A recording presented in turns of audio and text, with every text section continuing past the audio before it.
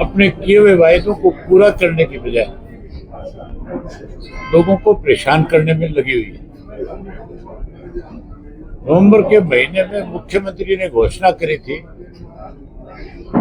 कि पेंशन 3200 रुपए करेंगे। पेंशन 3200 रुपए नवंबर से देनी चाहिए थी। देने की बजाय 75,000 लोगों को पेंशन से वंचित किया जा रहा है। ये पेंशन चौधरी देवीलाल की दी हुई है। हमारी पार्टी ने आज विशेष रूप से इसीलिए मीटिंग बुलाई कि जो सरकार का निर्णय है हम इसका विरोध करेंगे। किसी भी कीमत पे बुजुर्गों को पेंशन से वंचित नहीं होने देंगे। ये पेंशन जब बढ़ाई गई थी तो कोई शर्त नहीं थी इसमें, तब केवल ये लिखा हुआ था कि जिसकी आयु 65 साल हो जाएगी उसको 100 रुपया महीना सम्मान पेंशन मिलेगी। ये 65 वर्ष से कम होती होती 60 वर्ष की उम्र पे आ गई। बढ़ाई चौधरी देवीलाल ने, इसको बढ़ाने की शुरुआत चौधरी ओम प्रकाश चौटाला ने की। चौटाला साहब ने इसको बढ़ाया पेंशन, और बीच में कांग्रेस ने भी इसको काटने के प्रयास किया। इस पे कंडीशन लगाई। चौधरी भजनलाल ने 4 एकड़ की कंडीशन लगाई थी। हमने उस सरकार को भी मजबूर किया अपना फैसला वापस लेने। फिर हुड्डा ने इस पेंशन को काटने का प्रयास किया, उसे भी मजबूर किया। अब बीजेपी फिर इसको काटना चाहती है, वंचित करना चाहती है बुजुर्ग को। हम किसी कीमत पर नहीं करने देंगे। इसके लिए आज हमने फैसला लिया है कि 20 तारीख को जब सेशन होगा उसी दिन पंचकुला के अंदर हजारों बुजुर्गों को जिनको पेंशन नहीं मिल रही उनको साथ लेकर के जाएंगे और सरकार को मजबूर करेंगे। अगर 20 से पहले निर्णय नहीं लिया तो 20 के बाद फिर हम बड़े को निर्णय और लेंगे और बड़ी लड़ाई इसके लिए लड़ेंगे। वहीं उसके साथ साथ 23 मार्च को नरवाना के अंदर हम शहीदी दिवस मनाएंगे, शहीद भगत सिंह जी का और उनके साथ राजगुरु का और सुखदेव का शहीदी दिवस मनाएंगे। युवा शहीदी दिवस के नाम से एक युवा सम्मेलन रखेंगे। उसके साथ साथ राजस्थान में पर्यावरण को लेकर के एक बड़ा आंदोलन चल रहा है। हमारी पार्टी का संगठन राजस्थान में भी, वहाँ सारे राजनीतिक दलों के लोगों ने, आम सामाजिक संगठनों ने पर्यावरण को बचाया जाए इसके लिए उस आंदोलन का हिस्सा बने हुए। मैंने अपनी तरफ से चिट्ठी तो उस आंदोलन चलाने वाले लोगों को पहले दिन लिख दी कि हमारा समर्थन आपको है। आज विशेष रूप से हमारे जो प्रधान है वहाँ के जयवीर गोदारा जी, उनकी ड्यूटी लगाई है कि आप बीकानेर जाओ, जाकर के बीकानेर में इसको समर्थन करो और उन्हें ये विश्वास दिला के आओ कि जब तक आप इस लड़ाई को लड़ोगे, जो आदेश आप दोगे हम आपके आदेश की पालना करेंगे, इस संघर्ष में आपके साथ खड़े रहेंगे, कोई राजनीति नहीं करेंगे। खेजड़ी बचाओ अभियान जो है उसमें मुख्य रूप से लड़ने का काम करेंगे। ये 3 आज फैसले हमने किए। इसके लिए आज हमने ये मीटिंग बुलाई थी और तीनों चीजें मजबूती के साथ आगे बढ़ करके इसको करने का काम करें। सर, केंद्र का बजट है, भाजपा नेता तो सभी कह रहे हैं बहुत अच्छा बजट है। आपकी मैंने कल केंद्र के बजट के बारे में चंडीगढ़ के अंदर प्रेस के साथियों के सामने खुल करके सारी बात करी। प्रधानमंत्री की अपनी जो योजनाएं थी उसके लिए जो पैसा रखा गया था वो पैसा भी पूरा खर्च नहीं किया जा सका प्रधानमंत्री से।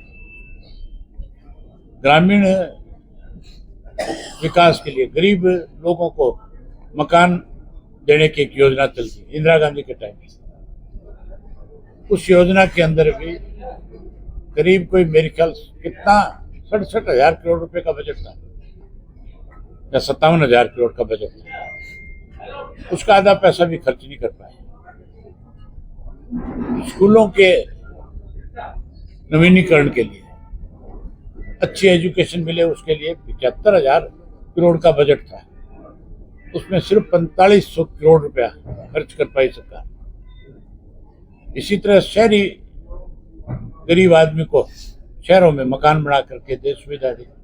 उसके लिए भी करीब 35,000 करोड़ का बजट था प्रधानमंत्री का, जो प्रधानमंत्री आवास योजना में शहरी आवास योजना में आता है। उसका भी करीब 11,000 करोड़ रुपया वो खर्च कर पाए। इस तरह से अगर प्रधानमंत्री की अपनी योजनाओं का पैसा लैप्स हो जाता है तो फिर आप क्या उम्मीद करोगे। फिर उसके साथ एक नई बात और है,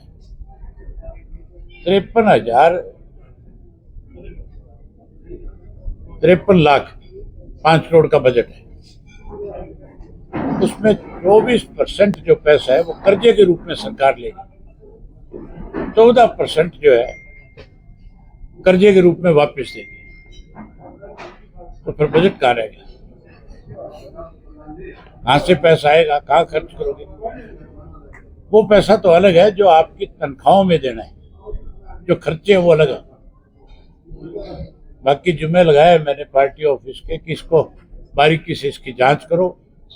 हमारा जब बजट आएगा उस वक्त हमारे दोनों विधायक इस पर चर्चा करेंगे। ये केंद्र का तुम्हारा ये हाल है, स्टेट में बजट लेके आ रहे हैं, 3 लाख करोड़ से ज्यादा का कर्जा है।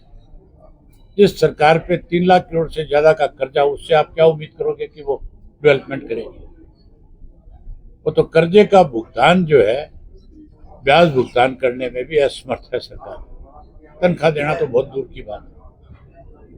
नरेगा के अंदर 40% का जो किया इन्होंने कि स्टेट देगी, तो स्टेट 40% कहाँ से दे देगी। स्टेट के पास तो कर्जा ही कर्जा है। तो नरेगा बंद हो जाएगी, गरीब आदमी को सबसे बड़ा नुकसान होगा इसमें। जो कांग्रेस इस मुद्दे को लेकर धरना दे रही तो जायज है बात है। कांग्रेस ने मेरी ख्याल तो कहीं धरना दिया नहीं। पहली बात, कांग्रेस में इतना मादा नहीं है कि वो मैदान में आकर के लड़ सके। अखबारों में लड़ सकती है कांग्रेस। जंग की लड़ाई तो इंडियन नेशनल लोकदल पार्टी ने लड़ी। ये पानी का इशू था, चाहे बिजली के रेट बढ़े थे, और चाहे आज पेंशन का मामला है। ये लड़ाई केवल हमारा कार्यकर्ता लड़ सकता है, कांग्रेस का बस। कांग्रेस तो आपस में लड़ सकती है। निकाय चुनाव को लेकर सर क्या रणनीति रहेगी? हमने जो 3 निकाय के चुनाव है, जहाँ मेयर के चुनाव बने, वहाँ पार्टी सिंबल पे लड़ेंगे। बाकी जगह आज हमारे पार्टी के जिला के जो अध्यक्ष हैं उनकी जिम्मेवारी लगाई है कि जहाँ जहाँ चुनाव हो रहे हैं आप वहाँ पे हमें पता करके बताएं कि कौन कौन चुनाव लड़ने की इच्छुक है। उसका फैसला बाद में करें। निकट भविष्य में जाट शिक्षण संस्थान के चुनाव भी होने हैं। पिछली बार आपकी पार्टी ने सिंबल पर लड़ा, काफी सारे पदाधिकारी। क्या इस बार पार्टी सिंबल पर चुनाव लड़ा जाएगा? हमने कभी भी नहीं लड़ा सिंबल। समर्थन था आपका? ये आपने गलत कहा है कि हमने कोई संस्थाओं के चुनाव में सिंबल पे लड़े। हम संस्थाओं के चुनाव में दखल नहीं करते। संस्थाएं, जो लोग उसके मेंबर हैं, वो अपने पदाधिकारी चुनते हैं और वही अपने पदाधिकारी चुन करके प्रधान चुनने का काम करते हैं। हमारा ना पहले दखल था ना आगे दखल। सर, ग्रामीण सभा की जैसे मीटिंग बुलाते हैं, सरपंच पूरे मेंबर नहीं आते, वहीं पर सरकार की तरफ से हिदायत है कि मेंबर पूरे आने चाहिए। ये गलत शर्तें रखी गई है। ये कहीं ना कहीं गांव का विकास रोकने की एक योजना है, या सरकार की योजना ये भी है इसमें कि जो सरकार की मर्जी से सरपंच काम नहीं कर रहा, उन सरपंचों को कैसे रोका जाए। इसलिए ग्राम सभा की शर्त लगा दी, और ग्राम सभा की पूरी काउंटिंग जो है वो अधूरी दिखाई जाएगी। सरपंच के खिलाफ एक्शन ले लें, अपनी मर्जी का एडमिनिस्ट्रेटर लगा करके लूटपाट करने का काम करें। इसमें राजनीति हो रही है, गलत है। जिस तरह से आपने बात की बुढ़ापा पेंशन को लेकर समाज योजना जो चौधरी देवीलाल ने शुरू की, लेकिन अब जिस तरह से बात आ रही है काटने की, तो सरकार की ये भी दलील है कि अगर कोई 2 पेंशन ले रहा है, 3 पेंशन ले रहा है, हमारी उस तरह से हम लोग, अगर एक एमएलए विधानसभा से पेंशन लेता है, राज्यसभा का या मेंबर पार्लियामेंट बना जाता है, वहां से भी लेता है, अगर उसको अधिकार है तो उस बुजुर्ग को भी अधिकार है जिसकी उम्र 60 वर्ष है। आप उसके अधिकार पे डाका नहीं डाल सकते। सदन में भी उठाएंगे ये मामला? बिल्कुल उठाएंगे, क्यों नहीं उठाएंगे। हम सदन में नहीं, पहले ही नाक में दम कर देंगे। कई राज्यों में एसआई और चुनाव आयोग को लेकर विरोध है, ममता बनर्जी ने भी किया है, तो इसके बारे में हमने पहले दिन इस बात को लेकर के विरोध किया था कि इलेक्शन कमीशन इंडिपेंडेंट होना चाहिए, ना कि सरकार का एजेंट के रूप में काम करे।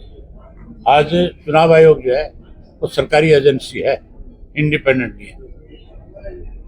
सर यहाँ से पूर्व विधायक बरवाला से रामनिवास घोडेला कई बार बात होती थी, आपके चर्चे बड़े करते हैं, कहीं ना कहीं लगता है कि आने वाले समय में वो भी पार्टी की तरफ इन्हें कर पाएंगे। देखेंगे, जब बात होगी तब होगा। ठीक है, बहुत धन्यवाद है।